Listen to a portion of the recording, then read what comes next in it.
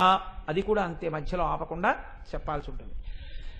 చంపక, అశోక, సంపంగి పూలతో, అశోక పుష్పములతో, పున్నాగ పూలతో, సౌగంధిక చెంగల్వ పూలతో కట్టబడినటువంటి దండలు అమ్మవారి యొక్క కబరీబంధమునకు చుట్టు తిప్పబడి ఉన్నవి. ఇప్పుడు మీరు ఇక్కడ కొంచెం జాగ్రత్తగా ఆలోచించవలసి ఉంటుంది. ఇలా ఎందుకు చెప్పారో తెలుసా అండి వసిన్యాది దేవతలు? మీరు ఏది ఈ కంటితో చూడలేరో అది చూడడానికి ఒక మార్గం ఇచ్చారు వాళ్ళు. ఎందుకు అలా దర్శనం చెయ్యాలి అంటే, అలా చేస్తే ఏమవుతుంది అంటే, అమ్మవారి కేశభారమును అనగా జుత్తుముడిని చూస్తే ఉత్తర క్షణంలో మీ క్లేశభారము నశిస్తుంది, మీ క్లేశం పోతుంది, మీకు ఏ కష్టం ఉందో ఆ కష్టం తొలగిపోతుంది, లేదా వచ్చే కష్టం ఏదైనా ఉంటే తొలగుతుంది. అందుకే అమ్మవారి కేశభార దర్శనం అంత గొప్పది. మీకు ఎక్కడా కనపడదు, ఏ దేవాలయంలో ఏ ఫోటోలో కనపడదు. ఇప్పుడు ఎలా చూడాలి మీరు? అంతర్నేత్రంతో చూడాలి.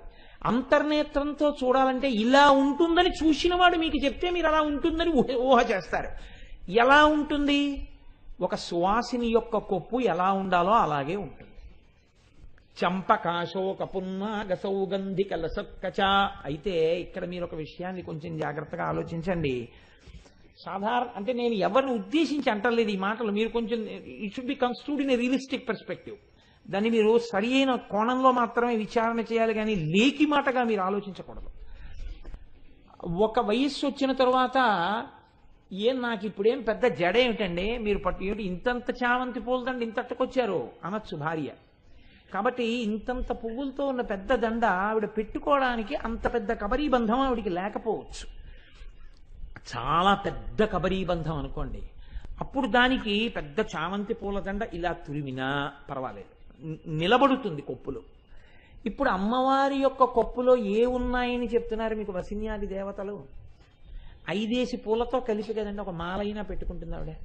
చంపక అంటే సంపంగి పూలు. సంపంగి పువ్వు అంటే ఈ ర్యాక్ సంపంగి అంటారు, ఆకుపచ్చగా ఉంటుంది, అది కాదు. సింహాచలం సంపంగి అంటారు, పసుపు ఎరుపులతో కూడిన సంపంగి పువ్వు, అరవిరిసిన పువ్వు ఒక్కటే ఇంతంత ఉంటుంది. ఇటువంటి పూలతో కట్టిన దండ ఒకటి పెట్టుకుంటుంది. పెట్టుకున్న తర్వాత ఇంకా దండ మీద దండ పెట్టుకుంటే ఇక్కడ వరకు వచ్చాయనుకోండి, బాగుండదు. అంటే కొప్పు ఎంత పెద్దదై ఉండాలి? ఇంత పెద్ద పూలతో కూడిన ఒక దండ. ఇప్పుడు దాని మీద అశోక పుష్పాలతో చేయబడిన ఒక దండ, అవి పెద్ద పెద్ద పూలు. పున్నాగ పూలతో చేయబడినటువంటి ఒక దండ. సౌగంధిక చెంగల్వ పూలని పూస్తాయి. మీరు ఎప్పుడైనా చూశారో లేదో, చాలా గమ్మత్తుగా ఉంటుంది వాటి తత్వం కూడా.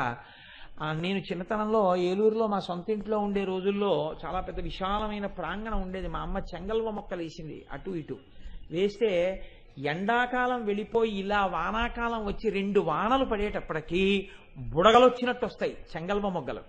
వచ్చేది విరిస్తే, ఇక్కడ చెంగల్వ పువ్వు విరిస్తే అక్కడికి వస్తుంది సువాసన. పావులు కూడా వస్తాయి ఆ వాసన కోసం, అంతంత ఉంటాయి. చెంగల్వ పువ్వు దండ బంగారు మొలత్రాడు పట్టుదట్టి సంధ్యతాయతలను సరిమువ్వ గజ్జలు చిన్ని కృష్ణ నిన్నునే చేరికొల్లుతూ. అబ్బో చాలా వచ్చండి మీకు. కాబట్టి చెంగల్వ పువ్వు దండ, పెద్ద పెద్ద చెంగల్వ పూలతో చేయబడినటువంటి ఒక దండ అమ్మవారి కొప్పులో అందంగా అమర్చారు. ఇది మీరు ధ్యానమునందు చూడాలి. ఇది బాహ్యం కాదు, నేను చెప్పింది ఆధారం చేసుకుని నేను చెప్పడం నా బుర్ర నేనేం చెప్పట్లేదు, వసిన్యాది దేవతలు చెప్పారు, వ్యాస భగవానుడు చెప్పాడు. అలా మీరు అమ్మవారి పెద్ద కబరీబంధం, ఆ కబరీబంధం మీద పెట్టినటువంటి పూలు, నల్లటి నొక్కుల జుత్తు, దానికి పెట్టిన సూర్యుడి బింబం చంద్రబింబం, అమ్మవారి కొప్పు మీద ఉన్న పూలదండలు, నల్లటి కబరీబంధం మీద మొట్టమొదటి పెట్టినటువంటి పసుపచ్చ పూలు, దాని మీద తెల్ల పూలు, దాని మీద పసుపు ఎరుపులతో ఉన్న పూలు, దాని మీద పున్నాగ పూలు, ఇవన్నీ పెట్టినటువంటి ఆ కొప్పు వంక మీరు ఒక్కసారి చూశారనుకోండి, అప్పుడు మీ నోటి వెంట ఏ మాటలు వస్తాయి అని అడిగారు. అంటే జుత్తు పేరు పెట్టి ఏ ఆడదానికి స్తోత్రం ఉండదు, కానీ అమ్మవారిని ఎన్ని పేర్లతో పిలుస్తారండి తెలుసాదండి? ఒక్క కేశాలని బట్టి. కుంతల నాయకి ఆవిడకో పేరు. కుంతల నాయకి అంటే ఆవిడ జుత్తు అలా ఉంటుంది ఆవిడ. కానీ జుత్తు అమ్మవారి జుత్తుని జాగ్రత్తగా ఇలా విప్పినప్పుడు అభిషేకం చేశాక జాగ్రత్తగా అమ్మ దగ్గర ఉండేటటువంటి సైరంధ్రి వచ్చి జాగ్రత్తగా జుత్తంతా ఇలా కింద వరకు ఆ బట్ట పెట్టి మెత్తటి బట్ట పెట్టి తుడిచి ఆ కొసలకు అంటుకోకుండా అమ్మ కొంచెం తల ముందు కొంచండి అని ఆ కింద సాంబ్రాణి పొగ పెడితే ఈ పొగంతా అమ్మవారి యొక్క కురుల మీదకి వెడితే ఆ కురులకు ఉన్నటువంటి తడంతా వదిలిపెట్టేసిన తర్వాత ఆ జుత్తు ముడి వేయడానికి ఇలా తీస్తే 2 గుర్రాల తోకలా పెద్దది ఉంటుందన్నమాట. ఇప్పుడు ఆ జుత్తుని తిప్పి ముడివేస్తారు. అంత పెద్ద కబరీబంధం ఆవిడది. ఇంత పెద్ద కబరీబంధం కాబట్టి కుంతల నాయకి ఆవిడ పేరు. మీరు అది మనస్సునందు భావన చెయ్యవలసి ఉంటుంది. దాని వలన ఉత్తర క్షణం క్లేశభారం పోతుంది. భ్రమర కుంతలాంబ ఆవిడ పేరు, నీలకుంతలాంబ ఆవిడ పేరు, పుష్పకుంతలాంబ, అంజన కుంతలాంబ, సుగంధ కుంతలాంబ. ఇన్ని పేర్లు కేవలం ఆవిడ యొక్క జుత్తుని బట్టి వచ్చాయి ఆవిడికి. ఇందులో చాలా చమత్కారం ఏమిటో తెలుసా అండి? ద్రవిడ దేశంలో ఇందులో ఒక్కొక్క పేరుతో ఒక పెద్ద పెద్ద దేవాలయాలు ఉన్నాయి ఆవిడికి. ట్రిచి అంటామే మనం, తిరుచిరాపల్లిలో అమ్మవారికి సుగంధ కుంతలాంబ అన్న పేరుతో అత్యద్భుతమైన దేవాలయం ఉంది. అంతంత పెద్ద పెద్ద దేవాలయాలు, ఏమి అర్చనలు జరుగుతాయో తల్లికి నిజంగా అంత గొప్ప దేవాలయాలు. కనుక ఇప్పుడు ఈ తల్లి యొక్క ఈ కబరీబంధము ఏది ఉందో అది చంపకాశోక పున్నా గసౌగంధిక లసత్కచ. ఇక్కడి వరకు వసిన్యాది దేవతలు చెప్తే శంకర భగవత్పాదులు బెంగపెట్టుకున్నారు. అయ్యో ఈ పాటే చెప్తే పిల్లలకు అర్థం అవుతుందా ఆయన బెంగ. అందుకని ఆయన అన్నారు, ధునోతుద్ధాంతం నస్థలిత దళితేందీవరవనం ఘన స్నిగ్ధశ్లక్షణం చికుర నికురంబం తవ శివే యదీయం సౌరభ్యం సహజముపలబ్ధం సుమనసో వసంతస్మిన్ మన్యే వలమధన వాటీ విటపినాం అన్నారు. మహానుభావుడు ఏమి దర్శనం చేశారో, ఏమి శ్లోకాలు పడ్డాయో శంకర భగవత్పాదులకి. శంకరాచార్యుల వారు పుట్టిన గడ్డ మీద పుట్టినందుకు మనం అదృష్టపడిపోవాలండి, నిజంగా సంతోషపడిపోవాలి. మహాపురుషుడు కదండి. ధునోతుధ్వాంతం ఆయన అన్నారు, అమ్మ నల్లటి నీ జుత్తు చూడగానే మా అజ్ఞానపు చీకట్లు విచ్చిపోయాయి అన్నారు. ఎవరికి? చూసిన శంకరాచార్యుల వారికి కాదుట. ధునోతుధ్వాంతం మాకు ఎందుకు ఏమిటా ధైర్యం? మేము చూడలేదుగా, నీ చెప్తున్నానుగా ఎలా చూడాలో మీకు కనపడుతుందిరా ధ్యానంలో, పోతాయంతే మీకు కూడా. కాబట్టి మాకు ఇప్పుడు ఈ శ్లోకం జరిగితే మాకు మీకు కూడా. అయ్యా ఆయన పువ్వులు ఒకటే చెప్పారండి, అమ్మవారి జుత్తు ఎలా ఉంటుంది ఎందుకని? ఏమిటా నీకు ఎందుకు అనుమానం అంటే, ఏమన్నా ఆవిడ పూర్వజ అని లలితా సహస్రంలో ఒక నామం ఉంది కదా. తల్లి ఎప్పుడో సృష్టికి ముందు పుట్టింది కదా, కాబట్టి ఇప్పటికి ఆవిడ జుత్తు తెల్లబడిపోయి ఉంటుందా? ధ్యానం చేయరా అన్నారనుకోండి, ముందు ప్రశ్న ఇది. ఏమంటే ఆవిడ జుత్తు తెల్లగా ఉంటుందా? కాదు, నల్లగా ఉంటుంది. గురువుగారు మీరు కొంచెం జాగ్రత్తగా ఆలోచించలేదేమో, ఎప్పుడో పుట్టిన ఆవిడ జుత్తు ఇంకా ఎలా ఉంటుందండి? ఆవిడ ఏమైనా వాడుతుందా? అదో అనుమానం. కాదురా, ఏమండి అమ్మవారి జుత్తు అన్ని పూల దండలు పెట్టుకుంటుంది అన్నారు కదా, 60 ఏళ్ళో 70 ఏళ్ళో వచ్చేటప్పటికి మా అమ్మగారి జుత్తు పల్సగా అయిపోయింది. పల్సగా అయిపోయి ఉంటుందా, ఒత్తుగా ఉంటుందా? ఇంకో అనుమానం. ఒకవేళ ఎప్పుడు అమ్మవారు అపర్ణగా తపస్సు చేసిందిగా శంకరుడి కోసం, ఇలా తపస్సు చేసినప్పుడు అప్పుడు అమ్మవారి జుత్తు జటలు అవి ఏమైనా కట్టేసి కొంచెం పింజిలుగా ఏమైనా ఉంటుందా అండి? లేకపోతే అందరూ ఆడవాళ్ళు రాసుకున్నట్టు అమ్మవారు కూడా కొంచెం ఏమైనా మంచి మంచి సుగంధ తైలాలు అవి ఏమైనా రాసుకోవడం వల్ల జుత్తు మెరుస్తూ ఏమైనా ఉంటుందా? లేకపోతే మామూలుగా ఉంటుందా? ధ్యానం చేయరా అని ఒక్క మాట అన్నందుకు ఇన్ని అనుమానాలు గురువుగారిని అడుగుతారు. ఇవి అడిగితే రేపు పొద్దున ఎవడు ఏ జవాబు చెప్పి ఎలా ధ్యానం చేసేస్తాడో అని శంకరాచార్యుల వారు బెంగెట్టుకుని ఆయనే చెప్పేశారు జవాబు. ధునోతుధ్వాంతం నస్తులిత దళితేందీవరవనం. అమ్మవారి జుత్తు ఎలా ఉంటుంది అంటే ఆయన అన్నారు, నల్ల కలువల తండంలా ఉంటుంది అన్నారు. నల్ల కలువలకు ఉండే లక్షణం ఏమిటో తెలుసా అండి? మీరు ఎప్పుడైనా చూశారో లేదో నల్ల కలువ పువ్వు. నల్ల కలువ వంక మీరు ఇలా చూడగానే కళ్ళకి చల్లగా ఉంటుంది. నల్లని కలువ కంటికి చలువ. అందులో మీరు మళ్ళీ నల్ల కలువని కొంచెం జాగ్రత్తగా రేకులు ఇలా విప్పారనుకోండి, వాటి మొదళ్లలో దుద్దు పక్కన చల్లగా ఉంటుంది, తెల్లగా ఉంటుంది. ఈ తెల్లగా ఉన్న రేకుల దగ్గర మీరు కొంచెం ఇలా వంగి కలువ పువ్వులోకి చూశారనుకోండి, తడి బిందువులు ఉంటాయి. ఇప్పుడు ఇంకొంచెం మీరు వంగారనుకోండి, వంగితే మత్తెక్కించగలిగినటువంటి మంచి పరిమళం వస్తూ ఉంటుంది ఆ నల్ల కలువల నుంచి. శంకరులు చాలా దూరదృష్టితో ఈ మాట వేశారు. ఒక్క నల్ల కలువ పువ్వు కాదు అన్నారు. ఎలా ఉంటుంది అమ్మవారి జుట్టు? నల్ల కలువల తండంలా ఉంటుందన్నాడు. నల్ల కలువల తండం అంటే ఓ పువ్వు ఇలా ఉంటే ఓ పువ్వు ఇలా, ఓ పువ్వు ఇలా ఉంటే ఓ పువ్వు ఇలా సమానంగా ఉండవు కదండి. ఓ గుత్తి ఇలా ఉంటే ఓ గుత్తి కిందకి, ఓ గుత్తి పైకి, ఓ గుత్తి కిందకి, ఓ గుత్తి బాగా కిందకి, అలా కదా ఉంటాయి. కానీ మీరు ఓ చివరి నుంచి చూస్తున్నారనుకోండి, ఇక్కడి నుంచి ఆ గేటు వరకు మీకు కిందన్న నీళ్లు కనపడటలేదు, నల్ల కలువలే కనపడుతున్నాయి. అలా కనపడుతుంటే మీరు ఇక్కడి నుంచి చూశారనుకోండి, అబ్బా ఇలా ఒత్తుగా ఇలా ఇలా ఇలా ఎంత బాగుందో అంటారు. అమ్మవారి జుత్తు కూడా అంత నల్లగా అలా ఒత్తుగా నొక్కు నొక్కులుగా ఉంది. ఇప్పుడు ఈ నొక్కు నొక్కులుగా ఉన్నటువంటి అమ్మవారి జుత్తు నల్లగా ఉంది, తెల్లగా ఉండదు. ఎందుకని? తెల్లగా ఉంటే కాలమునకు లొంగినట్టు. ఆవిడ కాలమునకు లొంగదు, కాలం ఆవిడికి లొంగుతుంది. ఆవిడ నిత్యయవ్వన మదశాలిని కన్యాకుమారి కాబట్టి ఆవిడ కాలమునకు లొంగదు. ఆవిడ జుత్తు నలుపే. కాబట్టి ధునోతుర్ధ్వాం తన్న స్థులిత దళితేందీవరవనం ఘన.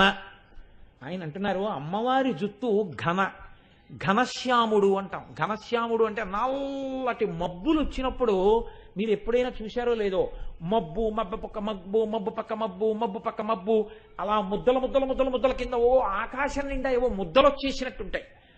అలా అమ్మవారి జుత్తు ఒత్తుగా ఇలా నొక్కు నొక్కులుగా అలా ఉంటుంది. ఘన స్నిగ్ధ. ఆ మాటలలో ఎంత చిత్రమో చూడండి. ఆ జుత్తు, కొంతమంది జుత్తు పట్టుకుంటే తాడు పట్టుకున్నట్టు ఉంటుంది. ఇటే నీ జుత్తు ఇలా ఉంది అంటుంటారు ఆ పెద్దవాళ్ళు. అలా ఉండదు, పరమకోమలంగా ఉంటుంది. ఇలా ముట్టుకుంటే మెత్తగా పట్టులా ఉంటుంది ఆ జుత్తు. వీడి జుత్తు చూడు పట్టుదారంలో ఎలా ఉందో అంటారు. ఉత్తుని ముట్టుకుంటారు. పుట్టుకుని ఒరే వీడి జుత్తు చూడరా, ఏదో మొక్కజొన్న పీచు ఉంటుంది, మొక్కజొన్న పొత్తు కింద ఉన్నటువంటి ఇది, ఆ జుత్తు ఎంత మెత్తగా ఉంటుందో అలా లేదు అంటారు. ఇలా అమ్మవారి జుత్తు ముట్టుకుంటే అంత మెత్తగా ఉంటుంది. ఇప్పుడు మీరు ధ్యానం చేస్తున్నారనుకోండి, అమ్మవారికి కొప్పు మీరు వేస్తే మీరు ముట్టుకోగలుగుతారు. అది ఆ ప్రక్రియ మీరు ధ్యానం చేసుకోవాల్సింది. కాబట్టి ఘన స్నిగ్ధ శ్లేక్షణం. శ్లేక్షణం అంటే ముడులు పడిపోయి తిత్తులుగా ఉండి చిక్కు పడిపోయి ఆ మటగా పెద్ద దుత్తు కదా అని ఇలా చేతి మీద వేసుకుని ఏదో రెయిన్ కోట్ లాగా దువ్వెన్నతో ఇలా ఓ లాగి మళ్ళీ ఆ జుత్తు ఇలా ఇలా ఇలా దువ్వెనలోంచి తీసి ఇలా ఉండ చుట్టి వేలుకి ఇలా తిత్తి తీసి ఇలా పక్కన పారేసి గాలికి ఎగురుతుంది ఇంట్లో అని పరమశివుడు అరిస్తే బాల్కనీలోంచి బయట ఇవ్వవలసిన అవసరం ఉండదు. ఎందుకని అంటే తిత్తులు లేవు, ఎక్కడా ముడులు ఉండవు, అంత అందంగా ఉంటుంది. కాబట్టి ఇవన్నీ గమనిస్తుంటావా నువ్వు అని మీరు అనుమానపడకండి. మీరు ధ్యానం చేస్తే మీకు అలవోకగా అందుతుందంటే పెద్ద విశేషం ఏం కాదది. కాబట్టి ఘన స్నిగ్ధ శ్లేక్షణం చికుర నికురంబం తవ శివే. నేను ఈ శ్లోకాన్ని అనుభవించడానికి ఒకప్పుడు ఏం చేసేవాడినంటే మీతో ఉన్న రహస్యం చెప్పకపోవడమే. చిన్నతనంలో నా కూతుర్ని 2 కాళ్ళ మధ్యలో నించోపెట్టి ఈ శ్లోకం చదువుకుంటూ దాని జుత్తు దువ్వుతూ కొప్పేస్తుండేవాడిని. దానికి కొప్పి వేసి పువ్వులు పెట్టేవాడిని. కాబట్టి చికుర నికురంబం తవ శివే. శంకరాచార్యులు వారు పిలిచారంటే ఏదో ఉంటుంది. శివే అంటే మంగళప్రదమైన దానా. లోకంలో పరనారి యొక్క కొప్పు వంక తదేకంగా చూసి జుత్తు చేత వ్యామోహితుడవుతాడు పురుషుడు. పరనారి యొక్క కేశపాశాన్ని చూసి ఎంత పెద్ద జుత్తో ఎంత పెద్ద జడో అన్నాడు అనుకోండి, వాడు పాడైపోతున్నాడని గుర్తు. నీకెందుకు ఆవిడ జడ పొడుగ్గా ఉంటే, నీకెందుకు ఆవిడ కొప్పేసుకుంటే, నీకెందుకు ఆ విషయాలు అసలు అలాంటివి జ్ఞాపకం ఉండనూకూడదు, మనస్సులోకి వెళ్ళనూకూడదు. ఏవి ఉండాలి మనస్సులో అంటే పరనారిని చూసేటప్పటికి ఆవిడ యందు అమ్మవారిని నువ్వు చూడాలి. వాళ్ళ పాదాలు నీకు గుర్తుంటే చాలు. మహా అయితే వాళ్ళ చేత్తో వాళ్ళు నీకు ఏరిటి పండో పెట్టినప్పుడు ఆ చేతిలో నువ్వు అమ్మవారి చేతిని చూడగలిగితే చాలు. ఇంకేమీ నీకు గుర్తుండక్కర్లేదు, అనవసరం కూడా. మరి అమ్మవారి జుత్తు వంక చూస్తే శివే మంగళప్రదం, అది అమ్మ జుత్తు. కాబట్టి మీకున్న అజ్ఞానం పోతుంది తప్ప కొత్త అజ్ఞానంలోకి పడిపోవడం కానీ కొత్త మోహంలో పడిపోవడం కానీ ఉండదు. కాబట్టి శంకరుల పిలుపులో రహస్యం చూడండి. ఈ జుత్తు చూసి ఉద్ధరింపబడతావు. ఇంకొక జుత్తునే ఆ దృష్టితో చూస్తే పాడైపోతావు. ఆవిడ జుత్తుకి తిత్తులు లేవు, ఆవిడ జుత్తు పెద్దదిగా ఉంటుంది అంటే నువ్వు పాడైపోయావని గుర్తు. నీకెందుకు అవన్నీ? ఈవిడ జుత్తు గురించి నువ్వు ఎంత బాగా చెప్పగలిగితే నీకంత అజ్ఞానం పోతోందని గుర్తు. కాబట్టి ధునోతుధ్వాంతం స్థులిత దళితేందీవరవనం ఘన స్నిగ్ధశ్లేక్షణం చికుర నికురంబం తవ శివే. ఏమి పడిపోతాయండి ఆయనకి మాటలు, ఏమి అద్భుతమైన మాటలు పడతాయో. అసలు ఆ శ్లోకంలోనే ఉంటుంది ఆ అందమంతా. చికుర నికురంబం తవ శివే. అమ్మా మంగళప్రదురాలా, ఇలా ఊహించగానే నా అజ్ఞానం పోయింది, నా క్లేశములు పోయాయి, నా ఐదోతనం నిలబడిపోయింది. తవ శివే యదీయం సౌరభ్యం సహజముపలబ్ధం. ఎంత గమ్మత్తైన మాట అంటున్నారో చూడండి శంకరాచార్యులు వారు. జుత్తు ముడివేసేటప్పుడు, జుత్తు దువ్వేటప్పుడు సాధారణంగా వినపడే మాట ఏమిటంటే, ఏమిటే ఈ జుత్తు ఏమిటే, తలస్నానం చేసి ఎన్నాళ్ళయింది, ఎంత మట్టో చూడు, ఈ పేలు చూడు, ఈ తిత్తులు చూడు, ఆ జడ వేసుకోవు కదా, నువ్వు ఎప్పుడు కాలేజీ టైంకి ముందు 10 నిమిషాల ముందు బయలుదేరడం, ఇలా ఇలా ఇలా అనుకుని వెళ్ళిపోతూ ఉండడం. మీ అమ్మ నీకు జడ ఇదా అని వీధిలో వాళ్ళందరూ నన్ను అనుకుంటారు, ఒక్కనాడు జడేసుకోవు అని అమ్మ దెబ్బలాడేటట్టు, వీధిలో వాళ్ళు ఎవరైనా జడేస్తే అసహ్యించుకునేటట్టు, అందులో చెమట పట్టిన కంపు వచ్చేట్టు ఉంటాయి తలకాయలు. కానీ అమ్మవారి గురించి అంటున్నారు, నువ్వు ధ్యానంలో అమ్మవారి కొప్పు వంక చూస్తే నీకు సువాసనలు తగులుతాయన్నారు. జుట్టుకి సువాసన ఉండే అవకాశం ఉండదు. ఎందుకనంటే జుట్టు మలినమును ఆకర్షించుకుంటూ ఉంటుంది కాబట్టి దుర్గంధ భూయిష్టమయ్యే ఉంటుంది. కొంచెం సువాసన రాదు, మిగిలిన వాసన ఎలా ఉన్నా. కానీ శంకరులు అంటున్నారు సహజముపలబ్ధం సుమనసో. అమ్మ నీ జుట్టు గొప్ప సువాసనతో ఉంటుంది. ఎటువంటి సువాసనతో ఉంటుంది అంటే, వసంతస్మిన్ మన్యే వలమదన వాటి విటపినాం. దేవేంద్రుడు పెంచుకున్నటువంటి తోటలో ఉన్న కల్పవృక్షములకు పూసినటువంటి పూలు, అబ్బా ఈ పూలు కొప్పులో పెట్టుకుంటే బాగుండని దేవతా స్త్రీలు కూడా అనుకుంటారు వాటి వాసన బట్టి. అవి అనుకుంటాయిట, అమ్మవారు మమ్మల్ని కొప్పులో పెట్టుకుంటే బాగుండు, ఆ కొప్పుకంత మంచి వాసన ఎలా వచ్చిందో మనం చూద్దాం అనుకుంటాయిట. కల్పవృక్షములకు పూసిన పూలు నీ కొప్పులోకి రావాలని కోరుకుని నీ కొప్పు యొక్క వాసన చూసి ఎంత గొప్ప వాసన అని అనుకోవాలని పరితపింప చేయగలిగినంత సువాసన కలిగిన కొప్పు. ఇది ఎలాగ ఉంటుంది అన్నారు. నువ్వు ధ్యానం చేస్తే నీకు తెలుస్తుంది అన్నారు. అన్నం తింటే ఆకలి ఎలా పోతుంది అని అడిగాడు ఒక ఆయన. తిని చూడు తెలుస్తుంది అన్నాడు. అంతే దానికి పరిష్కారం. దానికి ఉపన్యాసం ఎందుకండి, దానికి పెద్ద ఉపన్యాసం ఎందుకు? అన్నం తింటే ఆకలి ఎలా పోతుందండి అన్నాడు. ఎలా పోతుందో నువ్వు చెప్పాలేంటి, మీరు తినండి మేస్టారు అన్నారు. అయితే అమ్మవారి నల్లటి జుత్తు చూస్తే నల్లటి అజ్ఞానం ఎలా పోతుందండి అన్నారు. ధ్యానం చేసి చూడండి అన్నారు. అంటే దానికి పరిష్కారం. మీరు ధ్యానం చేయండి, మీకు పోతుందో లేదో తెలుస్తుంది. అజ్ఞానం పోతుంది అంతే.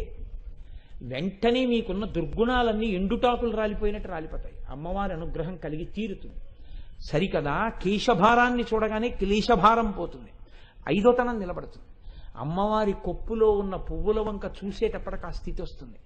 ధ్యానమునందు ఆ సువాసన ముక్కు నాసాపుటములకు తగలగానే అంతే వాడి కొన్ని కోట్ల జన్మల అజ్ఞానం విచ్చిపోతుంది. అందుకే శంకరులు ప్రారంభం చేస్తూ ఆ మాట అన్నారు, ఏమీ అనుమానం లేదు. ధునోతుధ్వాంతం నస్తులిత దళితేందీవరవనం ఘన స్నిగ్ధశ్లేక్షణం చికుర నికురంబం తవ శివే యదీయం సౌరభ్యం సహజముపలబ్ధం సుమనసో వసంతస్మిన్ మన్యే వలమధన వాటి విటపినాం. ఇప్పుడు ఆ తల్లి యొక్క కేశపాశములు అంత సుగంధభరితములై ఉంటాయి. దీని మీదే ఒక చమత్కారమైనటువంటి విషయం ఒకటి జరిగింది. నేను ఎప్పుడో ఈ వేదిక నుంచే చెప్పానేమో నాకు జ్ఞాపకం. పూర్వకాలంలో ద్రవిడ దేశంలో ఒక రాజ్యం ఉండేది. ఆ రాజ్యంలో ఒక శివాలయంలో ఒక అర్చకుడు పరమశివుణ్ణి నమ్ముకుని అర్చకత్వం చేశాడు. అర్చకత్వం అంటే మామూలుగా చేసింది కాదు, ఆయన ఉన్నాడు అని నమ్మి అర్చకత్వం చేశాడు. బ్రహ్మాండమైనటువంటి కరువు వచ్చింది. ఆ ఆ ఊళ్ళో ఇంకా ఎవరు బతకలేక ఇంకా ఈ ఊరు విడిచిపెట్టి వెళ్ళిపోతున్నామని చెప్పి వెళ్ళిపోయారు. ఆ వెళ్ళిపోయేటప్పుడు ఒక గమ్మత్తు ఉంటుంది. చాలా తేలికైనవి, అమ్ముకుంటే అన్నం దొరికేవి ఉంటాయో పట్టుకెడతారు, బరువైనవి వదిలిపెట్టేస్తారు. మళ్ళీ మంచి రోజులు వస్తే మనం వచ్చేటప్పటికి ఉంటాయి, ఇక మంచి రోజులు రాకపోతే ఈ ఊరికి మనకి బాంధవ్యం తీరిపోయిందని వెళ్ళిపోతారు. వాళ్ళు వెళ్ళేటప్పుడు ఆవుల్ని గేదెల్ని తీసుకెళ్లరు. ఎందుకు తీసుకెళ్లరో తెలుసా అండి? తమ కడుపు నిండడానికే మార్గం లేదు, ఇంకా వాటిని ఏం మేపుతారు. నేను ఒక్కొక్క సందర్భం చూసి ఆశ్చర్యపోయానండి. నేను నిడదవోల్లో ఉద్యోగం చేసే రోజుల్లో రోజు ప్యాసింజర్లో వెడుతుండేవాడిని. నేను పుష్కరాలు వచ్చాయి ఆ టైంలో, పుష్కరాల్లో వెడుతున్నాను ప్యాసింజర్లో వెడుతుంటే నేను ఎక్కిన బోగిలో వాళ్ళు గోదావరి నదిని రైలు దాటుతున్నప్పుడు కిటికీ దగ్గరికి తలుపుల దగ్గరికి వచ్చి అబ్బా ఎన్ని నీళ్ళో ఎన్ని నీళ్ళో ఎన్ని నీళ్ళో అని వాళ్ళు ఎంత విచిత్రంగానో చూసి అబ్బా ఎన్ని నీళ్ళో అని పొంగిపోతున్నారు. నాకు చాలా ఆశ్చర్యంగా ఎన్ని నీళ్ళో గోదావరిలో నీళ్లు ఉండవా అని, అందులో పుష్కరాలు కదా అని నేను అందులో ఒక ఆయన్ని అడిగాను, పెద్ద ఆయన ఎన్ని నీళ్ళో ఏంటంటే గోదావరిలో నీళ్లు ఉండవా అని. అంటే ఆయన అన్నాడు, కాదు బాబు, మేము ఎక్కడో ఆదిలాబాద్ అవతల రాయలసీమలో ఉండేటటువంటి ఒక ఊరి నుంచి వచ్చాం. మేము దిగుడు బావులని ఉంటాయి మా ఊళ్ళలో, ఆ దిగుడు బావి లోపలికి దిగిన తర్వాత కటిక చీకటి, అక్కడ కూర్చుని చలవలా ఉంటుంది, ఊరుతూ ఉంటుంది నీరు. ఆ ఊరిన నీటిని మేము ఏం చేస్తామంటే చిన్న దోణితో తీసి పోసుకుని ఒక బిందె నిండాలంటే 2-3 గంటలు పడుతుంది. ఆ నీరు ఇంటికి తెచ్చుకుని అందులో ఇండిపి గింజలు వేసుకుంటాం. అలా చేసినా మేము అటువంటి నీరు తాగినందుకు మాకు నారి కురుపులని పుడుతుంటాయి. కురుపు పుడుతుంది, పుట్టి అందులోంచి దారపోగులా పైకొస్తుంది. రాత్రుళ్ళు వస్తుంది ఆ దారం. వచ్చినప్పుడు ఎంత పోటో చెప్పలేను, నిద్ర ఉండదు. మేమేం చేస్తామంటే దారం కదులుతూ ఉంటుంది, అది తట్టుకోలేక ఒక పుల్లకి చుడతాం, దాన్ని చుట్టి బలవంతంగా లాగేస్తే తెగిపోతుంది. పగటిపూట కొంచెం ఉపశాంతి ఉంటుంది, మళ్ళీ రాత్రి అవుతుంది, మళ్ళీ నులిపురుగులాగా మళ్ళీ దారం రావడం మొదలవుతుంది. నారి కురుపు అంటారట దాన్ని. మళ్ళీ పుల్లకి చుట్టి లాగుతాం. అది మాకు ఎందుకు వస్తుందంటే అటువంటి నీళ్లు తాగి మా జన్మాంతరంలో మేము వెలుతురులో ఎప్పుడూ పెద్ద నీటికయ్య చూసి ఎరగం. పుష్కరాలంటే వచ్చాం, ఇంత నీరు చూస్తే మా మనసు ఆనందంతో తాండవించింది అన్నాడు ఆ పెద్ద ఆయన. నేను నిజంగా చూసి అనుకున్నాను, అబ్బా నేను ఎంత అదృష్టవంతున్నో, ఇంత గొప్ప నీరు ఇష్టం వచ్చినట్టు వాడుతున్నాం. వాళ్ళు నీరు చూడలేదు, చీకట్లో దిగి 2 గంటలు తోడుకుంటున్నారా, నారి కురుపులతో బాధపడుతున్నారా, స్వచ్ఛమైన గోదావరి నీరు తాగి బతుకుతున్నావా, ఏమి భాగ్యవంతుణ్ణిరా నేను అనుకున్నాను నిజంగా. అందుకే మంత్రపుష్పం అప్పు అంటే నీటిని అంత స్తోత్రం చేసి ఉంటుంది అనిపించింది నాకు. కాబట్టి కరువు వచ్చినప్పుడు ఆవుల్ని గేదుల్ని ఇంకా పోషించలేక ముందు నీరు పోయలేరు, కాబట్టి వాటిని వదిలిపెట్టేసి వెళ్ళిపోతారు. అలా వెళ్ళిపోయారు ఆ ఊళ్ళో వాళ్ళందరూ. ఈ శివాలయంలో అర్చకుడు అన్నారు, నువ్వు కూడా వచ్చేసేయి మాతో అన్నారు. అంటే ఆయన అన్నాడు, నేను వెళ్ళిపోతే శివుడికి అన్నం ఎవరు పెడతారన్నాడు. ఇది భక్తి అంటే. అందరూ వదిలిపెట్టేశారు ఊరు, ఈయన వదిలిపెట్టేయచ్చు, కానీ ఈయన బతకడం కాదు, ఆ గుళ్ళో శివుడు బతకాలి. అందరినీ బతికించేవాడు అందరినీ ఊరి నుంచి పంపించేస్తున్నాడు, వాడికి దయలేనప్పుడు నేనెందుకు ఉండాలనాలి. ఆయన అలా అనలేదు, వాడికి నేను అన్నం పెట్టాలన్నాడు. ఇదే భక్తి అంటే అని ఉండిపోయాడు. అందరూ వెళ్ళిపోయారు. ఈయన ఊరు మొత్తం మీద ఒక్కడే ఉండడం అంటే మీరు ఆలోచించండి ఎలా ఉంటుందో. ఇప్పుడు పక్కింటికి వెళ్ళి అడుగుదామంటే కూడా ఎవరు లేడు, మాట్లాడడానికి కూడా ఎవడో ఉండడు. ఎవరున్నారు? శివుడే ఉన్నాడంతే నమ్ముకున్నవాడు. ఆయనకే చెప్తున్నాడు, అందరూ వెళ్ళిపోయారయ్యా, నేను ఒక్కడే ఉన్నాను, నీకోసమే ఉన్నాను. నేను వెళ్ళిపోతే నీకు ఇంత ముద్దెట్టేవాడు లేడు, ఇంత ముద్దెడదామని ఉన్నాను. నాకు దొరికితే నీకు సగం పెడతాను, నాకు దొరకడం మానేసింది అనుకో, ఇద్దరం పస్తుందాం అని చెప్పాడు. శివుడి మనసు కదిలిపోయింది ఈ భక్తికి. ఇదండి భక్తి అంటే. నేను అందుకే తరచూ ఒక మాట చెప్తా, భక్తి అంటే మనసు విప్పి భగవంతునితో మాట్లాడుట. ఓ స్తోత్రాలు చదివేయడమును ఇలా ఇలా ఇలా ఇలా ఇలా యాక్షన్ 500లు భక్తి అనరు. మనసు విప్పి భగవంతుడితో ఉన్నదున్నట్టు నిలబడి నిజాయితీగా ఉండుట, దానికి భక్తి అని పేరు. నిరంతరానుసంధానము ఈశ్వరుడితో. అది తైలధార పాత్రలోకి పడ్డట్టు పడుతూనే ఉండాలి. కాబట్టి చూడండి, ఇప్పుడు కదిలింది ఈశ్వరుడి గుండె. ఆయన అన్నాడు, ఒరే నువ్వు అక్కడివి నా కోసం ఉండిపోయావు, ఫోన్లో పనిచేయి, నీకు చాలా డబ్బు వచ్చే మార్గం ఒకటి చెప్తాను. నేను ఒక శ్లోకం ఒకటి రాసిస్తాను, ఈ రాజ్యానికి ఉన్నటువంటి ప్రభువు చాలా సాహిత్యమునందు మక్కువ కలిగినటువంటి వాడు. కాబట్టి ఆయన నువ్వు పట్టుకెళ్ళి ఈ శ్లోకం చెప్తే చాలా సంతోషించి నీకు కానుకలు ఇస్తాడు. నువ్వు ఆ కానుకలు తెచ్చుకుని దానితో నువ్వు బతుకు, నాకు నైవేద్యం పెట్టు అన్నాడు. అంటే అలాగే అంగీకరించి ఆ గుడిలో ఉండేటటువంటి అర్చకుడు ప్రభువు దగ్గరికి వెళ్ళాడు. వెళ్ళి పరమశివుడు రాసిచ్చినటువంటి పత్రాన్ని తీసి ఆ పద్యాన్ని చదివాడు. సింధుర రాజగమనాద్ధమ్మిల్ల బంధంబు సహజ సుగంధంబు. అందులో ఉంది పార్వతీదేవి యొక్క కేశపాశము సహజమైనటువంటి సువాసనతో కూడి ఉంటుంది. సింధుర రాజగమనాధమ్మిల్ల బంధంబు సహజ సుగంధంబు. సింధుర రాజగమన అంటే ఏనుగు ఎలా నడుస్తుందో అటువంటి ఏనుగు యొక్క నడక వంటి అందమైన నడక కలిగినటువంటి పార్వతీదేవి యొక్క కేశపాశము సహజమైన సుగంధము కలిగినది. ఆ రాజు యొక్క ఆస్థానంలో ఆస్థానకవి ఒక ఆయన ఉండేవాడు, నక్కీరుడు అని ఆయన పేరు. ఆ నక్కీరుడు అక్కడ కూర్చుని ఉండగా ఈయన వెళ్ళి ఆ పద్యం చదివాడు.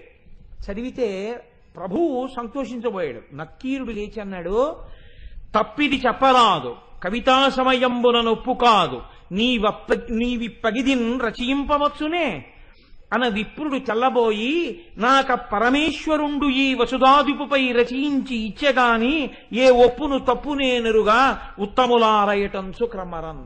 కాళహస్తీశ్వర మహాత్యంలో ధూర్జటి ప్రణీతం ఇది. ఆయన అన్నాడు, అయ్యయ్యో తప్పిది చెప్పరాదు. ఇలా చెప్పచ్చా? తప్పు. ఎలా చెప్తున్నావు? కవితా సమయంబున నొప్పు కాదు. ఒక కవిత్వం చెప్తే దానికి ఒక నియమం ఉంటుంది. ఏది సహజంగా ఉంటుందో అది చెప్పాలి. అసహజమైన విషయం రావడం, వెంట్రుకలకి సువాసన ఉండడం ఏంట్రా? ఎలా రాసుకొచ్చావు? కవితా సమయంబున నొప్పు కాదు, నీవప్పగిదిన్ రచయింపవచ్చునే, నువ్వు ఇలా రచనలు చెయ్యొచ్చా అని అడిగాడు నత్తీరుడు లేచి. పాపం ఆయన శివాలయంలో అర్చకుడు, పాపం కవిత్వం రాదు. నత్తీరుడంతటి వాడు లేచి గద్దించేటప్పటికీ హడిలిపోయాడు. హడిలిపోయి నమస్కారం చేసి కాళ్ల మీద పడిపోయి అన్నాడు, ఆ పరమేశ్వరుండు ఈ వసుధాదిపుపై రచయించి ఇచ్చే కాని ఏ ఒప్పును తప్పు నేనురుగా ఓ ఉత్తములారయటంచు క్రమరన్. ఓ ఉత్తములారా, నేనేమీ రచించలేదు, నాకు తెలియదు. అన్నం లేదని ఏడుస్తుంటే ఉంటే నీకు పెడతా, లేకపోతే లేదయా శివయ్య అన్నాను. అంటే నాకు రాసి ఇచ్చాడు. నేను ఈ రాజు మీద రాశానయ్యా వెళ్ళన్నాడు. డబ్బు ఇస్తాడన్నాడు. వచ్చాను, చదివాను, నేను రాయలేదు. ఈ తప్పు నాకు తెలియదు, నన్ను మన్నించండి, క్షమించండి, నేను వెళ్ళిపోతున్నాను అన్నాడు. పో అన్నాడు. తిరిగి వచ్చేసాడు. ఎక్కడికి వచ్చాడు? వెళ్ళిపోలేదు. అందరూ వదిలిపెట్టేస్తే నమ్ముకుని గుళ్ళో ఉన్నాను, నాకు దొరికితే నీకు పెడతానన్నాను. ఫోన్లే మర్యాద చేయకపోతే పీడాపోయేది, అవమానం చేయించాడు ఇలాంటి పద్యం రాసిచ్చి అని. ఇక గుడికి వెళ్ళడం మానలేదు, మళ్ళీ ఊరెళ్ళాడు. వెళ్ళి చాలా మనసులో కోపం. అమ్మ దెబ్బలాడుతూ సున్నిపిండితోటి నలుగు పెట్టేటప్పుడు ఉండేటటువంటి ప్రక్రియ మీరు ఎప్పుడైనా చూస్తే చాలా గమ్మత్తుగా ఉంటుంది. పిల్లాడు బిక్క మొహం వేసి ఎక్కడ గిల్లేస్తుందో భయం. వాడు ఇలా చేతులు ఇచ్చి ఇలా ఉంటాడు, అమ్మ వంక చూస్తూ. ఆవిడ మొన్న ఫస్ట్ యూనిట్ టెస్ట్లో 7 మార్కులు, రెండో యూనిట్ టెస్ట్లో 8 మార్కులు. అందులో గట్టిగా ఒత్తచ్చు కదా, ఒత్తేస్తూ చెయ్యి పట్టుకుని పైన కింద ఒత్తేస్తూ నిలబడు అని, మీ నాన్నకి పట్టదు ఎప్పుడు ఉపన్యాసాలు అని ఇలా అంటుంటే తొడల దగ్గరికి వచ్చేటప్పటికి ఏ పిక్క తిప్పేస్తుందో అని వాడు అలాగే బిక్క చచ్చిపోయి ఉంటాడు. అలా ఈయన చేతిలో పాత్ర పట్టుకుని నమస్సోమాయిచ రుద్రాయిచ నమస్తామ్రాయిచ అరుణాయిచ నమశంగాయిచ పశుపతయేచ, గొప్ప పద్యం రాశావు అని పోస్తుంటే శివుడు బిక్క చచ్చిపోయి అలా ఉండి అభిషేకం చేయించుకుని, నువ్వు పెట్టకపోయినా నేను పెట్టాలిగా, ఇంకా తిను. ఓం ప్రాణాయి స్వాహ, ఓం అపానాయి స్వాహ, ఓం యానాయి స్వాహ అంటుంటే ఆయన లేచి అన్నాడు, ఎందుకయ్యా అంత కోపం, ఏమైంది అక్కడ అన్నాడు. ఏమి తెలియని వాళ్ళే అడక్కు, సర్వజ్ఞుడివి, నీకు తెలియంది ఏం లేదు, ఎంత గొప్ప పద్యం రాశావు. మీ ఆవిడ వెంట్రుకలకి సహజ సువాసన. నత్తీరుడు నిలదీశాడు. ఏమిటి కవిత్వం అని అడిగాడు. కవితా సమయంబున నొప్పు కాదు, నువ్విప్పగిదిన్ రచయింపవచ్చునే అని అడిగాడు. సిగ్గుచేటై తిరిగి వచ్చానన్నాడు. అనేటప్పటికీ శివుడు అన్నాడు, వాడేవాడు ఈశాన సర్వ విద్యానాం ఈశ్వర సర్వభూతానాం బ్రహ్మాధిపతిర్బ్రహ్మణోధిపతిర్బ్రహ్మ శివోమే అస్తు సదాశివోం. సమస్త విద్యలకు అధినాథుణ్ణి నేను ఇంతపాటి లేశమైన కవిత్వం ఇస్తే పలుకుతున్నాడు నత్తీరుడు.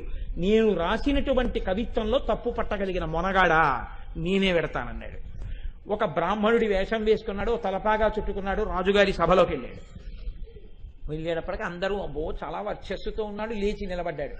నిలబడేటప్పటికి ఇంకా ఎవరిని ఏమీ అడగలేదు, చాలా కోపంతో ఉన్నాడు. ఈ రాజన్యుని మీదనే కవిత సాహిత్య స్ఫురన్మాధురీ చారు ప్రౌఢిమ చెప్పి పంప విని మాత్సర్యంబు పాటించి ఈ నత్తీరుండూరక తప్పు పట్టెనట. ఏది లక్షణమో అలంకారమో పదబంధమో రసమో చక్కని చెప్పుడా తప్పనన్. శివుడు నిలదీశాడు, ఎరా నేను ఈ రాజన్యుని మీదనే కవిత సాహిత్య స్ఫురన్మాధురీ చెప్పి పంప అద్భుతమైనటువంటి పద్యం ఒకటి నేను రాసి పంపించాను. ఈ నత్తీరుండు మాత్సర్యంబు పాటించి ఊరక తప్పు పట్టానట. అవతలవాడు పద్యం రాయడం ఏమిటి, నేను మెచ్చుకోవడం ఏమిటని కేవలం అసూయతో నత్తీరుడు తప్పట్టుకున్నాడు పద్యంలో. ఏది పద్యంలో తప్పెక్కడుంది చెప్పమనండి. లక్షణమో, ఏం పద్యంలో లక్షణంలో తప్పుందా? అలంకారమో, అలంకారం తప్ప. పదబంధమో, పదములు బంధం వేయడం తప్పొచ్చిందా? రసమో, రసభంగం అయిందా? చక్కని చెప్పుడా తప్పనం. ఏది తప్పు చెప్పు అన్నాడు. రాజు తెల్లబోయి ఈ గొడవ ఎప్పటిది, ఎప్పుడు అయిపోయింది, ఇప్పుడు ఇక మన ఈయనెవరో వచ్చాడు అని. ఆయన వెళ్ళిపోయాడు కదా అర్చకుడు, ఈయనెవరో వచ్చాడు. ఓహో, కవిత్వం రాసిన వాడు ఈయనేమో.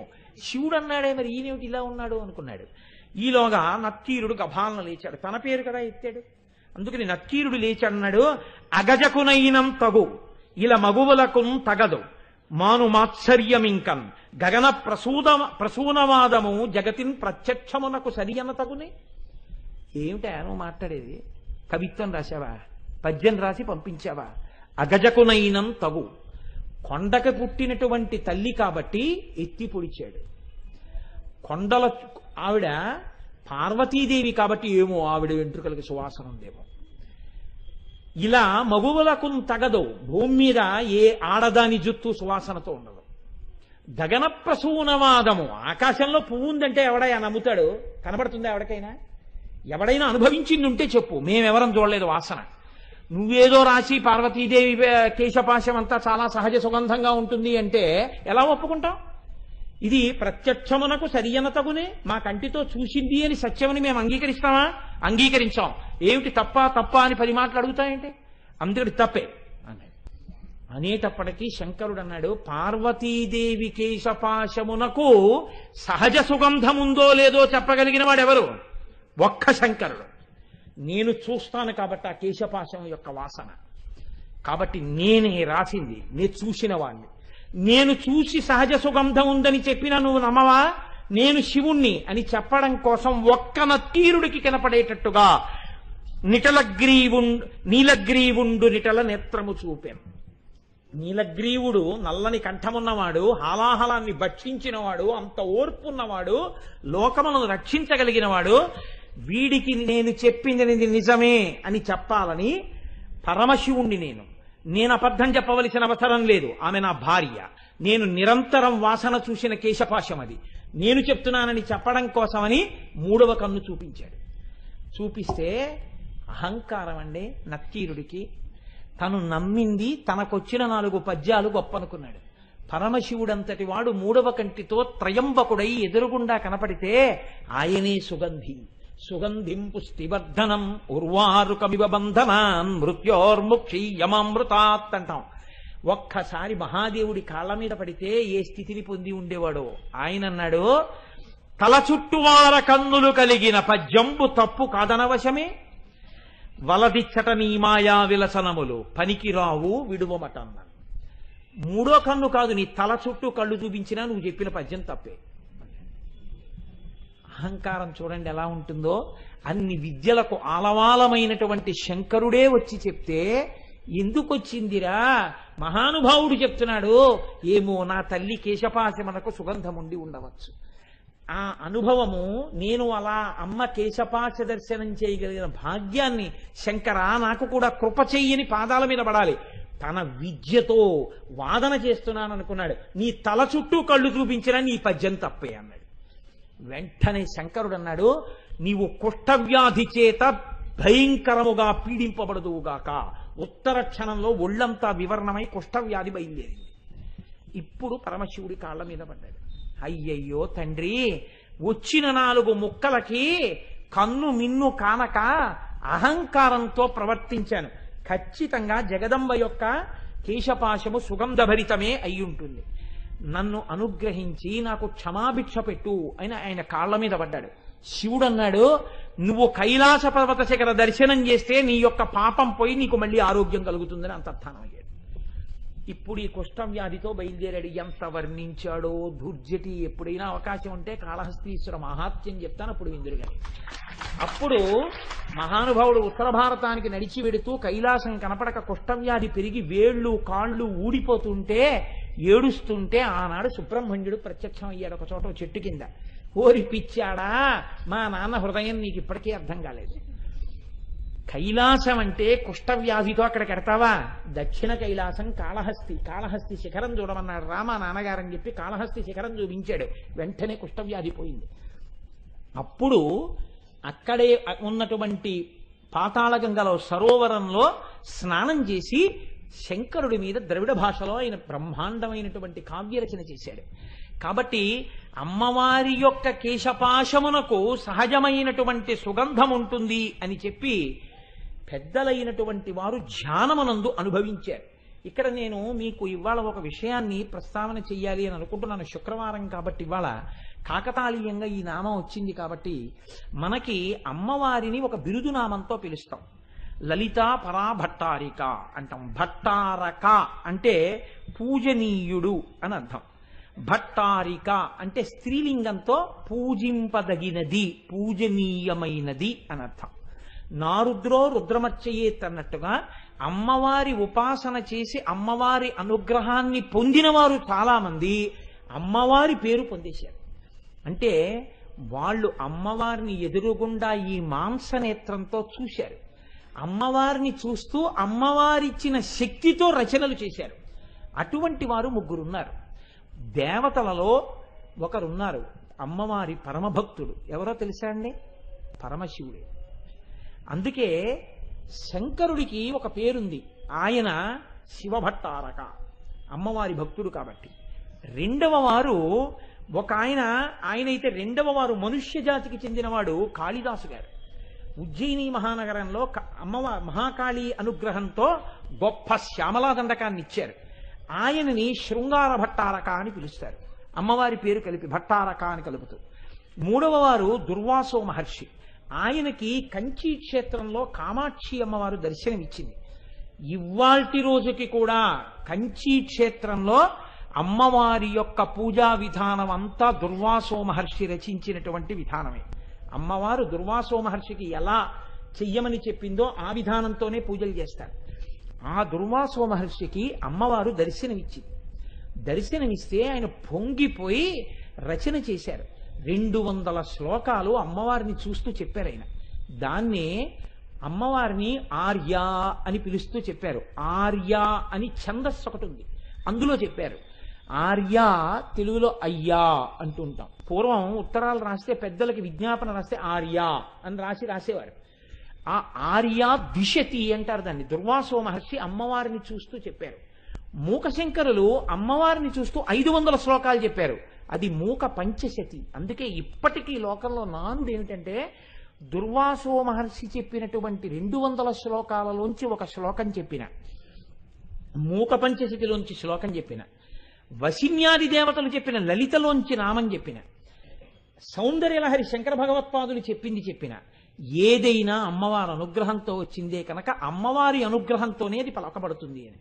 అమ్మవారి అనుగ్రహం లేకపోతే పలకబడదు అది.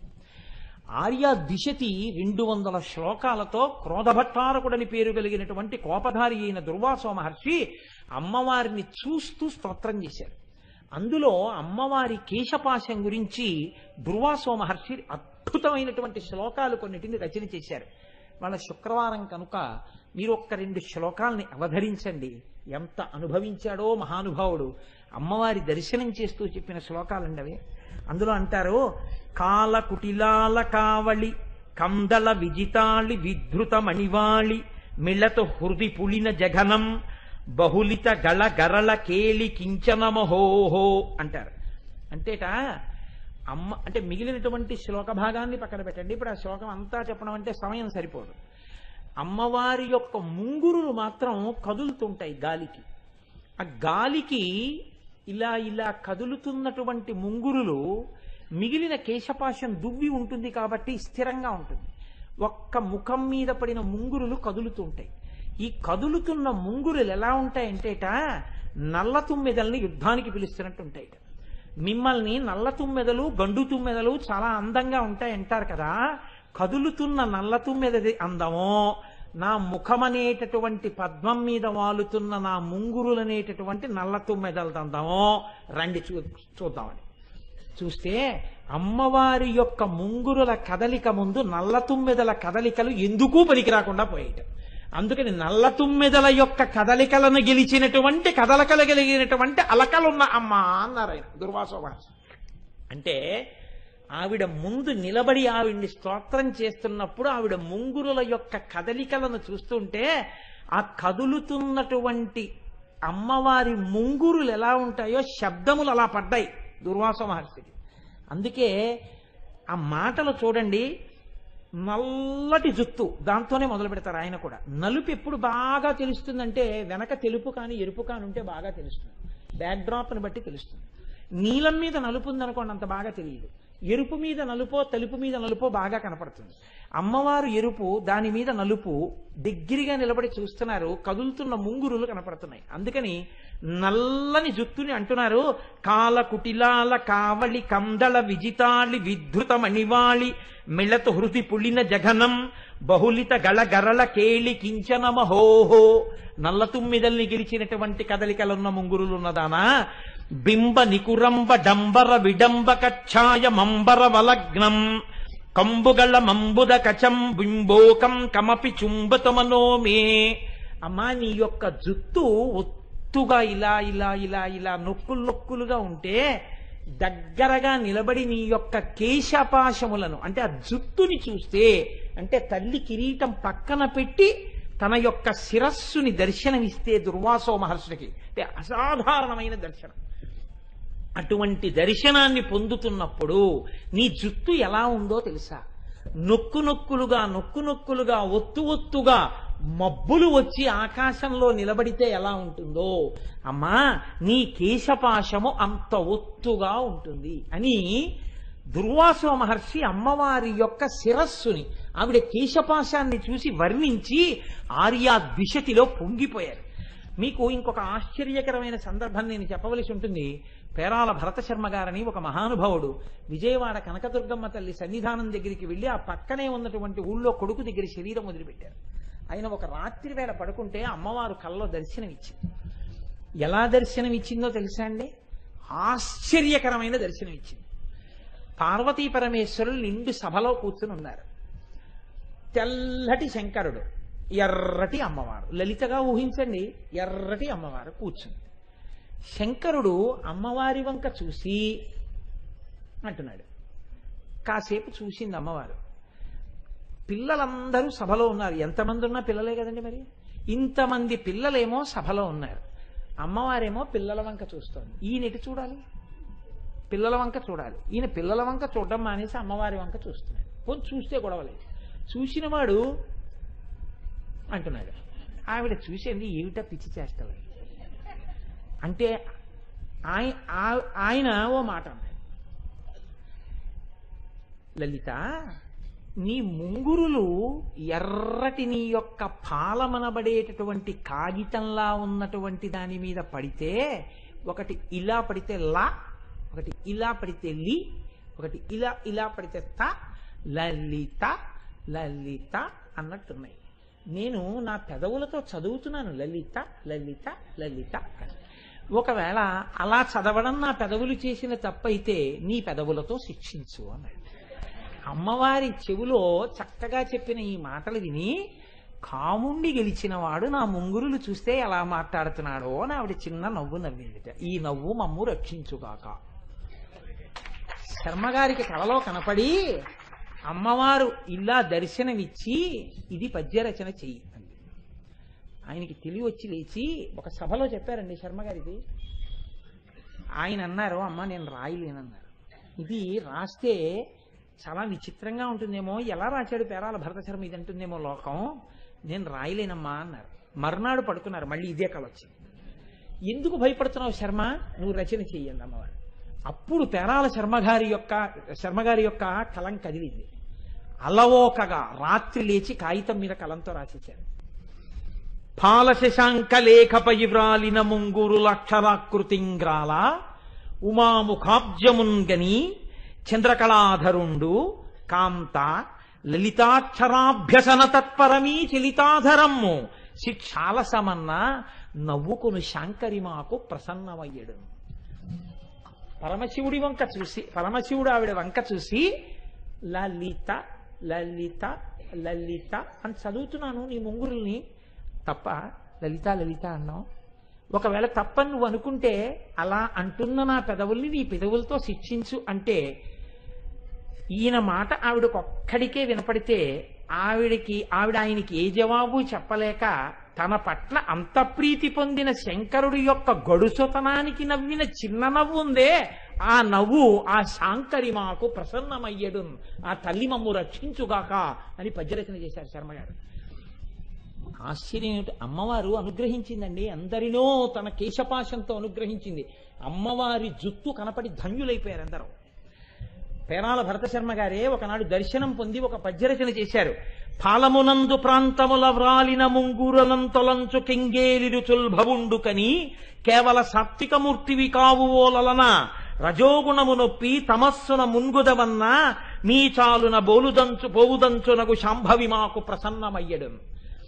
అమ్మవారు ఎర్రగా ఉంటుంది. ఎర్రగా ఉన్న అమ్మవారి జుత్తు నల్లగా ఉంది. ముంగురులు ఇలా ఇలా ఇలా ఇలా పడుతున్నాయి. నిండు సభలో కూర్చున్నారు. పక్కన శివుడు కూర్చున్నాడు. కూర్చుంటే అమ్మవారు ఈ పడుతున్న జుత్తుని ఇలా ఇలా అందంగా చక్కగా చాలా మార్ధవంగా ఇలా చిటికిన వేలు పెట్టి ఇలా ఇలా అంటుంటే శివుడు ఇలా ఇలా చూస్తున్నాడు. ఏమిటా చూపండి అంటే ఆయన అన్నాడు, నువ్వు చాలా సాత్వికమూర్తి అనుకున్నాను సుమా, నీలో 3 గుణాలు కనపడ్డాయన్నాడు. ఏమిటి కనపడ్డాయంది ఆవిడ? ఎర్రటి నీ రంగు రజోగుణం, తెల్లటి నీ గోరు సత్వగుణం, నల్లటి నీ ముంగురులు తమోగుణం, 3 గుణాలలో మునక వేసిన దానిలా కనపడుతున్నావు శుద్ధ సత్వమూర్తివైనా. ఇంత శుద్ధ సత్వమూర్తికి ముంగురులు పైకి తోసుకుంటున్నప్పుడు 3 రంగులు కనపడి 3 గుణాలున్న దానిలా కనపడుతోంది అని తెల్లబోయి చూస్తున్నాను లలిత అన్నట్ట. అయ్య బాబోయ్, మీ విద్యలన్నీ నా మీద కవిత్వం చెప్తున్నారా అని చిరునవ్వు నవ్విన అమ్మవారి నవ్వు మమ్ము రక్షించుగాక. ఏమి దర్శనం చేశారండి! అమ్మవారి యొక్క అలకలు పైకి ఇలా తోసుకుంటే దాని మీద పద్యరచన చేసి శర్మగారు ధన్యుడైపోయాడు, మహానుభావుడు. పాలమునందు ప్రాంతముల వ్రాలిన ముంగురులంతలొంచు కెంగేలి రుచుల్ భవుండుకని కేవల సాత్వకమూర్తివి కావు ఓలలనా రజోగుణమున నొప్పి తమస్సున ముంగెదవన్నా మీ చాలున బోలుదంచునకు శాంభవి మాకు ప్రసన్నమయ్యడు. ఆశ్చర్యం ఏమిటంటే కంచి పీఠానికి 64వ పీఠాధిపతి చంద్రశేఖరేంద్ర సరస్వతి అన్న పేరుతోనే ఉండేవారు. 68వ పీఠాధిపతి కూడా మహానుభావుడు, నడిచే దేవుడు. ఎవరి పేరు చెప్తే తల నేను ఉంచేస్తానో, ఆయన పాదములకు తల తాటించని జన్మ వ్యర్థమని నమ్ముతానో, ఏ మహాపురుషుడు దార్శనికుడు, ఏ మహాపురుషుడు సమస్త దర్శనములను చేశాడో, ఏ మహాపురుషుడు మరొక శంకరావతారమో, ఏ మహాపురుషుణ్ణి ఈ మతం కాకపోయినా దలైలామా ఈ శతాబ్దపు నిజమైన సన్యాసి అని కితాబులు ఇచ్చారో అటువంటి చంద్రశేఖరేంద్ర సరస్వతి 68వ పీఠాధిపతి. 64 కూడా ఇదే పేరుతో ఉన్నవారు చంద్రశేఖరేంద్ర సరస్వతి. ఆ చంద్రశేఖరేంద్ర సరస్వతి స్వామివారు ఒకానొకప్పుడు కంచి దేవాలయంలో అమ్మవారి యొక్క మూర్తిని పునఃప్రతిష్ఠ చెయ్యాలి, మహాకుంభాభిషేకం చెయ్యాలి అని అంతరాలయంలోకి వెళ్ళారు. అమ్మవారి మూర్తిలో ఉన్నటువంటి కళల్ని ఒక కలశలోకి న్యాసం చేసి అది పక్కన పెట్టి దానికి పూజ చేస్తూ విగ్రహాన్ని కదల్చి బయట పెట్టారు. పెట్టిన తరువాత ఆయన ఎందుకో సత్యదండం పట్టుకుని పైకి చూశారు. అంతరాలయం అంతా కొంచెం మరమ్మత్తులకు వచ్చింది. అయ్యో అమ్మా, నీకు మరమ్మత్తు చెయ్యాలమ్మా దేవాలయం అన్నారు. అప్పుడే అమ్మవారికి పాలాభిషేకం జరిగింది. చూసి ఉత్తర క్షణం అమ్మా నేను నా శిష్య సంచారం చేసి డబ్బట్టుకొచ్చి గుడి బాగు చేయిస్తానని చెన్నై నగరానికి వెళ్ళారు. అప్పుడు దాని పేరు మెద్రాసు. అప్పుడు ఆ మెద్రాస్ నగరానికి వెళ్ళారు. ఆ రోజుల్లో రాత్రిపూట తలుపులు వేసేసేవారట బ్రిటిష్ వాళ్ళ పరిపాలనలో. రాత్రి 2 గంటల సమయంలో చంద్రశేఖరేంద్ర సరస్వతి ఏకాంతంలో అమ్మవారిని ధ్యానం చేస్తున్నారు. ధ్యానం చేస్తుండగా మీరు నమ్మండి నమ్మపోండి, నేను అబద్ధం చెప్పాననుకుంటే కాంచీ పీఠ చరిత్ర చదవండి.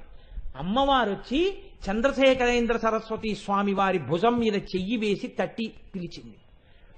చంద్రశేఖరేంద్ర సరస్వతి కళ్ళు విప్పి చూశారు.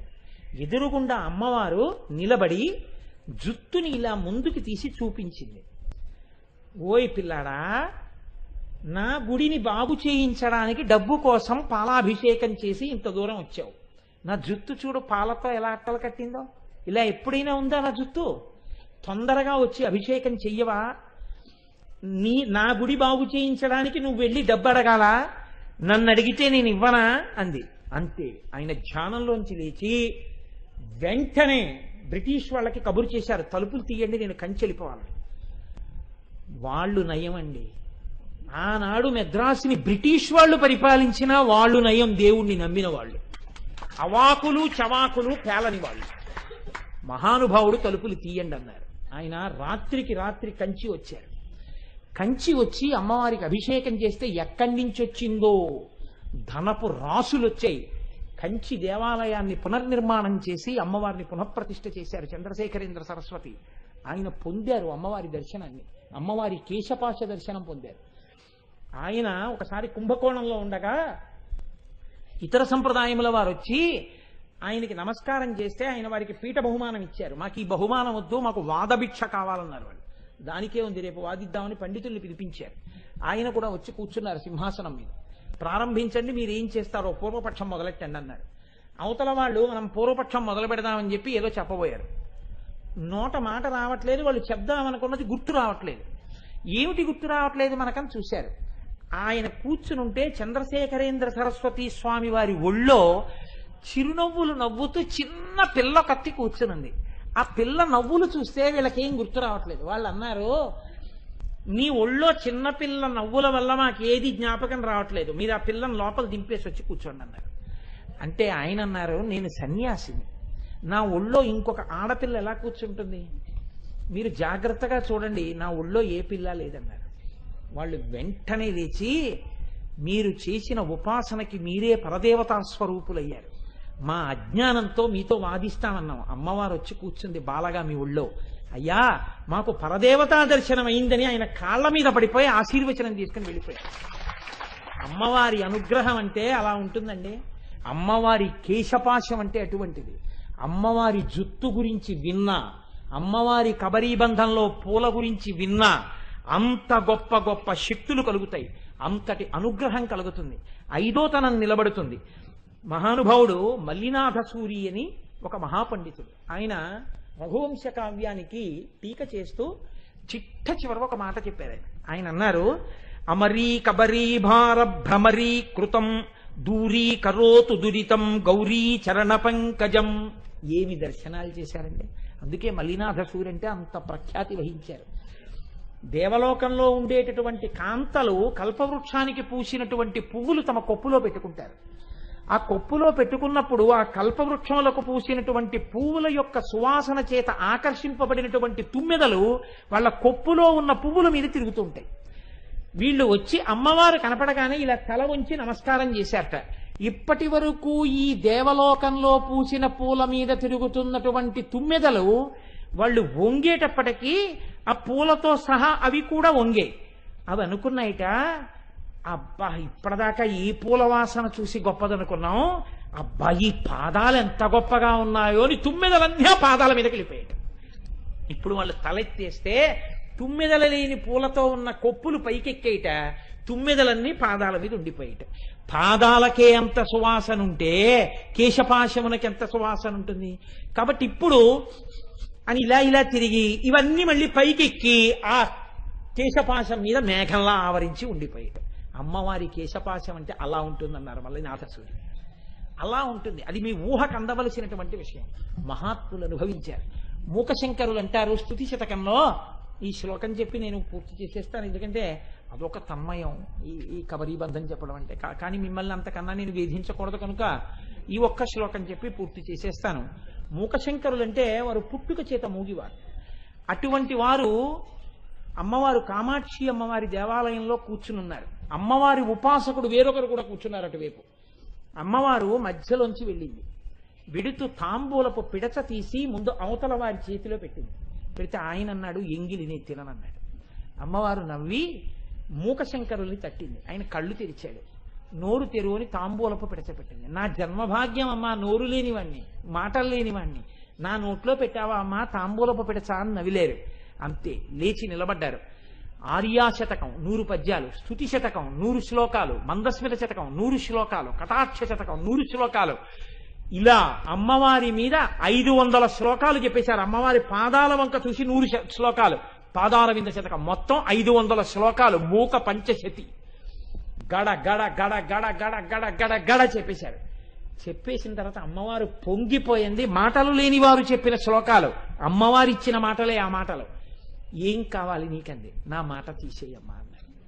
అదేమయ్యా అంది. వద్దు, మాటలు లేని వాడితో మాట్లాడించావు, 500 శ్లోకాలు నీ గురించి చెప్పాను, ఇంకా లౌకికమైన మాటలు నాకొద్దు అమ్మ, నా మాటలు తీసేయమ్మా. తీసేసింది అమ్మవారు. వారు కంచి పీఠానికి పీఠాధిపతులయ్యారు. అటువంటి మూకశంకరులు అమ్మవారిని ఇలా నిలబడి చూస్తూ అమ్మవారి కేశపాశం గురించి అత్యద్భుతమైన శ్లోకం ఒకటి ఇచ్చారు. సృష్టిలో ఎవ్వరూ చెప్పలేరు. మొదటిది ఆర్యాద్విషతి, అమ్మవారి అనుగ్రహంతో దుర్వాసో మహర్షి చెప్పారు. మధ్యలో సౌందర్యలహరి, అమ్మవారి అనుగ్రహంతో శంకరులు చెప్పారు. 3 అమ్మవారి అనుగ్రహంతో మూకశంకరులు చెప్పారు. 3 అమ్మవారి అనుగ్రహంతో వచ్చాయి. వసిన్యాది దేవతలు అమ్మవారి అనుగ్రహంతో చెప్పారు. లలితా సహస్రం. ఆయనంటారు, ప్రౌఢద్వాంతకదంబికే కుముదిని పుణ్యాంకురం దర్శయం జ్యోత్స్నా సంగమనేపి కోకమిథునం మిశ్రం సముద్భావయం కాళిందీలహరీ దశాం ప్రకటయన్ కమ్రాం నభస్యద్భుతాం కశ్చిన్నేత్ర మహోత్సవో విజయతే కాంచీపురే శూలినః అన్నారు. అమ్మా, నాకు ఒక ఆశ్చర్యకరమైన విషయం కనపడుతోంది అన్నారు. ఏమిటి కనపడుతోంది? అమ్మవారు అడగలేదు, నవ్వుతూ నిలబడిందంతే. వెళ్ళిపోతున్నాయి శ్లోకం తర్వాత శ్లోకం. ఆయన అన్నారు, ప్రౌఢద్వాంతకదంబికే కుముదిని పుణ్యాంకురం యంజయం. గాఢాంధకారంలో చందమామ ప్రకాశిస్తోంది. ఇంకేం లేదు, కటిక చీకటి చంద్రరేఖ. ఏ ఆధారము లేనటువంటి ఆకాశము. జ్యోత్స్నాసంగమనేపి కోకమిథునం మిశ్రం సముద్భావయన్. చీకటి పడి వెన్నెల వస్తే చంద్రుడి వెన్నెలలో చకోర పక్షులకి కళ్ళు కనపడవు. చంద్రుడు ప్రకాశిస్తే చకోర పక్షులకి కళ్ళు కనపడవు. చకోరములు గుండ్రంగా ఉంటాయంటారు. చకోరములకున్న లక్షణం ఏమిటంటే ఒక్కొక్కటి ఉండదు విడిగా. ఎప్పుడూ పక్కన భార్య భర్త 2 ఒరుసుకుంటూ కూర్చుంటాయి. అదో సరదా, కొంతమంది మోటార్ సైకిల్ మీద కూర్చున్నట్టు. కాబట్టి అలా ఒరుసుకుంటూ కూర్చుంటాయి కాబట్టి ఆయన అంటున్నారు, జ్యోత్స్నాసంగమనేపి కోకమిథునం మిశ్రం సముద్భావయం. వెన్నెలలో 2 చక్రవాక పక్షులు ఒకదానితో ఒకటి ఒరుసుకుంటూ కూర్చున్నట్టు అలా కూర్చోవడం సంభవించదు. ఎందుకంటే వెన్నెట్లో వాటి కళ్ళు కనపడవు, విడిపోయి ఏడుస్తూ ఉంటాయి. తెల్లవారేక సూర్యకాంతిలో కలుసుకుంటాయి. అలాగా ఇక్కడ సృష్టికి విరుద్ధం. చీకట్లో చంద్రరేఖ కనపడుతోంది. కాస్త వెన్నెట్లో చంద్రరేఖ కనపడుతుంది, చీకట్లో చంద్రరేఖ కనపడినాయి. అలాగే నాకు మంచి వెన్నెట్లో 2 చక్రవాక పక్షులు పక్క పక్కన ఒరుసుకుంటూ కనపడుతున్నాయి. చక్రవాకములు గుండ్రంగా ఉంటాయి కూర్చున్నప్పుడు. కాళిందీలహరీ దశాం ప్రకటయన్ కమ్రాం నభస్యద్భుతాం. ఆకాశంలో యమునా నది ప్రవహిస్తూ కనపడుతోంది. ఆకాశంలో గంగ ప్రవహిస్తుంది, యమున ప్రవహించదు. ఇలా అసలు సృష్టిలో ఉండనటువంటి 3 విరుద్ధమైన విషయములు నాకు నీ రూపంలో కనపడుతున్నాయి. కానీ నిన్ను అలా చూసినప్పుడు కాముణ్ణి గెలిచిన వాడు కళ్ళు ఇంత చేసుకుని ఇలా ఇంత గొప్పగా ఉన్న వస్తువు నాది అని చూడబడేటటువంటి పరమశివుడి యొక్క నేత్రములకు విజయమై ఉత్సవమై సంతోషమును కలిగించేటటువంటి ఆ రూపమును నేను ఇవాళ చూస్తున్నానన్నారు. ఎవరావిడ? కామాక్షి. ఏమిటి ఇందులో రహస్యం అంటే, ప్రౌఢద్వాంత కదంబికే, అమ్మవారి జుత్తు చీకట్ల గుంపుల్లో ఉంటాయి. నల్లటి జుత్తు. ఈ నల్లటి జుత్తులో తదియనాటి చంద్రరేఖ. అందుకని అమ్మవారి జుత్తులో ఉన్నటువంటి చంద్రరేఖని నల్లటి చీకట్లో చంద్రరేఖ, వెన్నెట్లో కలుసుకున్నటువంటి చక్రవాక పక్షులు, పైన ఉన్నటువంటి చంద్రరేఖ యొక్క వెన్నెట్లో పక్క పక్కనే ఉన్నటువంటి అమ్మవారి యొక్క 2 స్తనములు. 3 కాళిందీ లహరి, ఆకాశంలో ప్రవహిస్తున్నటువంటి యమునా నది. ఆకాశం అంటే మీరు ఎంత సన్నగా ఊహ చేస్తే ఉందా లేదా అన్నట్టు ఉంటుంది ఆకాశం. ఆకాశం ఉందా అంటే ఉంది, లేదా అంటే లేదు. అక్కడెక్కడ ఒరిగినట్టు ఉంటుంది. పరిగెడితే ఆకాశం కనపడదు. ఉందా లేదా బాగా పట్టి పట్టి చూస్తే అమ్మవారికి నడువు ఉందనిపిస్తుందట. అంత సన్నటి నడువు, అంతటి సన్నటి నడువు కాబట్టి ఆకాశం లాంటి నడువు. దీని మీద యమున ప్రవహిస్తోంది. ఆకాశంలో గంగ అయితే తెల్లగా ఉంటుంది, యమున ప్రవహిస్తే నల్లగా ఉంటుంది. ఏమిటి ప్రవాహం? నల్లటిది, అమ్మవారి యొక్క నూగారు. అందుకని అమ్మ నీ నడుము మీద కనపడుతున్నటువంటి, నీ యొక్క పొట్ట మీద కనపడుతున్నటువంటి ఆ నూగారు, ఇది ఆకాశంలో ఉన్నటువంటి యమునా ప్రవాహం. ఇవి ఎవరి కన్నులకు ఆనందాన్ని ఇవ్వాలి? మా కన్నులకు ఆనందాన్ని ఇచ్చేవి కావు. ఇవి అమ్మవారి స్వరూపంగా మేము ఆరాధన చేస్తాం.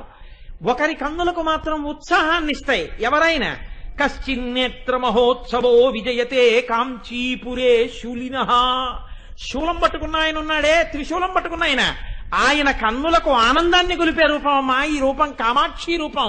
ఆ రూపాన్ని మేము నమస్కారం చేసి స్తోత్రం చేస్తున్నాం. అది నా కన్నుల కట్టెదుట నిలబడితే మాటలు లేనివాడు శ్లోకం చెప్పి ధన్యుడనయ్యానమ్మా, ఇది నాకు కలిగిన దర్శనం అన్నారు మూకశంకరులు. ఆయన కూడా ప్రౌఢధ్వాంతకదంబికే కుముదుని, అమ్మవారి నల్లటి ఆకాశంలో పుట్టినటువంటి కలువ పువ్వుతో పోల్చారు.